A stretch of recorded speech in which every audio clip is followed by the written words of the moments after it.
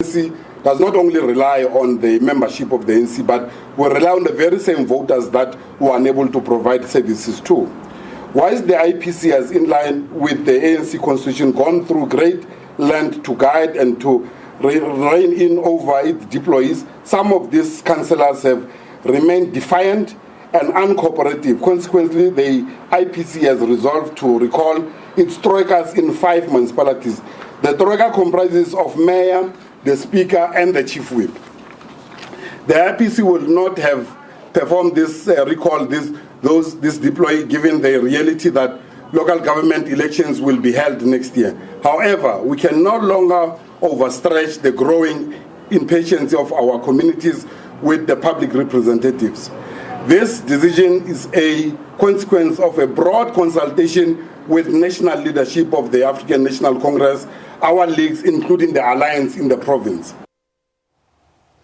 And Mr. Hlomane Chauke joins me now. Very good evening to you, Mr. Chauke. Thanks indeed for joining us here on The Full View. So I heard you say in that clip, speak about the local government elections. Perhaps one could argue that the ANC might have been pressured to do something over several complaints of lack of service delivery in that particular province to take this decision now. Is that so? Yeah, no, Crystal, I think let me firstly greet the viewers and listeners. The reason that we're moving with this, generally, I think you'll know that we did the same when we came to Mamusa. Immediately when we were appointed to come and serve in the IPC, one of the pressing issues has been one of the municipalities called Mamusa. We intervened and the government came in with Section 1391C, which we dissolved the municipality. And we went in and we contested the by-elections, and the people of Mamusa gave the ANC overwhelming support. So it's ongoing. It's not only because of the coming local government elections, but what is important is our evaluation of the work that is being done around the ANC manifesto, the issues of service delivery to our people, issues of water, issues of housing. I mean, the state of affairs is not satisfactory on the basis of what the ANC said it's going to do. And the failure to give leadership, because what we expect as a party is that these leaders, mayors, speakers, and the chief whip, are responsible to give direction to help those municipalities to make sure that the audit outcomes are clean, to make sure that our people are provided with water, our people are provided with roads, housing, and job creation. Now, if they don't do that, there's no reason why the ANC must keep them. What is important is that we have a mandate. Our mandate is to deliver service to our people. So anyone that fails to perform such is the responsibility of the party to intervene. Our ordinary people are making a call on the ground to say that we are not getting these services. We have done the assessment. This is not just paging people. We have done the assessment, and the assessment confirms that we have a problem. We have a problem of leadership that is not able to unite the caucuses of the ANC. We have a problem of leadership that does not implement what the ANC says it must implement. Mr. Chauke, I understand that one of the reasons, in addition to lack of service delivery, is the issue of instability in the province, which has been ongoing.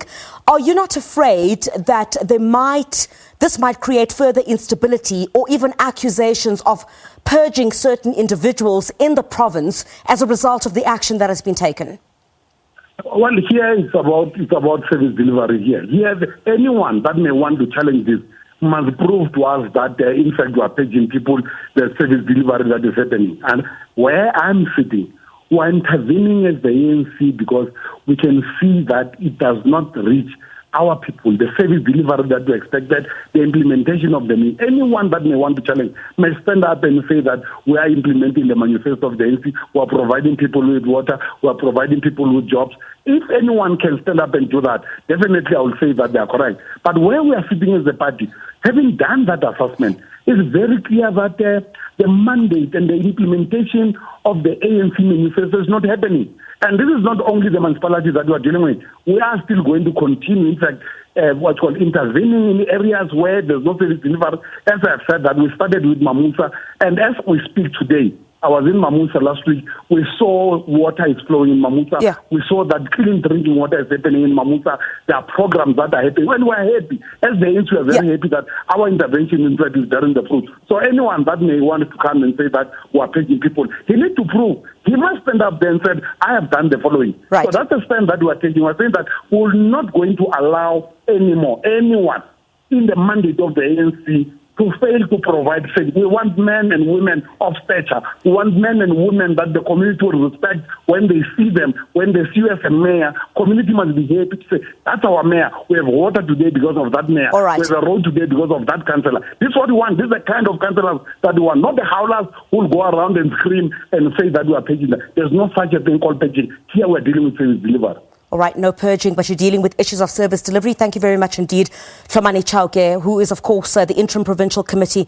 of the ANC in the Northwest, the coordinator in that particular province.